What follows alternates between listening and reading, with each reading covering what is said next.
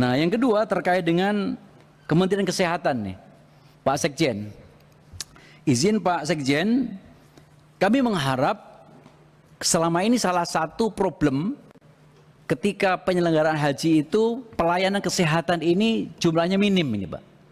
Tenaga kesehatannya juga minim, obat-obatnya itu paket minim, dan tempatnya di sana juga minim.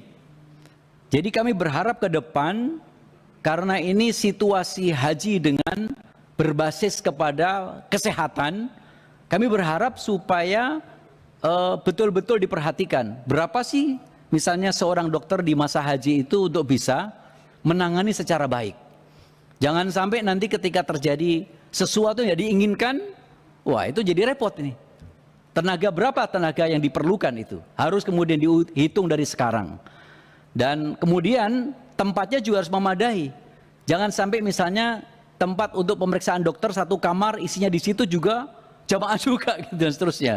Harus ada tempat yang kemudian memadai untuk pemeriksaan supaya jamaah ini betul-betul terlindungi. Nah, yang ketiga atau yang kedua, kami ingin bertanya, selama ini proses atau semua biaya kesehatan itu ditanggung oleh APBN yang berasal dari Kementerian Kesehatan, ataukah sebenarnya dibebankan kepada Kementerian Agama? Kami mohon ada kepastian, jangan sampai terjadi double pengeluaran. Karena ini juga penting Pak Sekjen, agar kemudian kita bisa sama-sama, kami mendapatkan masukan banyak dari teman-teman Komisi 9, bagaimana supaya tidak terjadi double anggaran. Karena ketika double anggaran, yang rugi bukan hanya dari kementerian, tetapi yang dirugikan itu adalah negara secara keseluruhan. Nah, yang terakhir dari Kementerian Perhubungan, saya setuju Pak, ini memang di satu sisi kita prihatin dengan Garuda, tapi ya siapa lagi Garuda kalau bukan kita yang menolong. Tapi menolongnya tentunya dengan cara yang bermartabat tentunya Pak. Karena itu misalnya, pertama kami pun sependapat kalau sekiranya misalnya penerbangan itu didominasi Garuda, tidak 50-50 dengan penerbangan yang lain, misalnya dominasi Garuda, tetapi dengan harga yang kemudian masuk akal.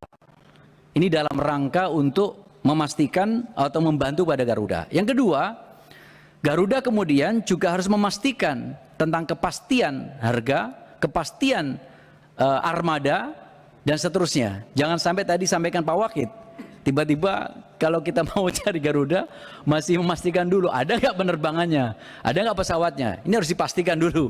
Tapi intinya kami setuju sebagai plat merah Pak, kita sama-sama punya perasaan yang sama lah gitu. Apapun kerusakan, yang rusak menurut saya disingkirkan rusaknya itu, kita perbaiki yang baik itu. Itu saya kira.